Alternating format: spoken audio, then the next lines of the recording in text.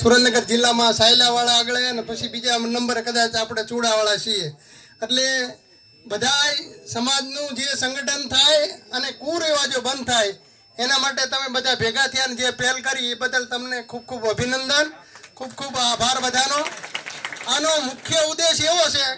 કે કુંભાઈ પૈસાદાર છે, આ પૈસાદાર છે એ ગમે એ કરે, પરંતુ એના દેખાદેખી કરીને હું કરું તો હું ઓલા કે લાંબા હારે ટૂંકો હાલે, માંદો નો મારે નહીં તો માંદો તો પડે જ તે.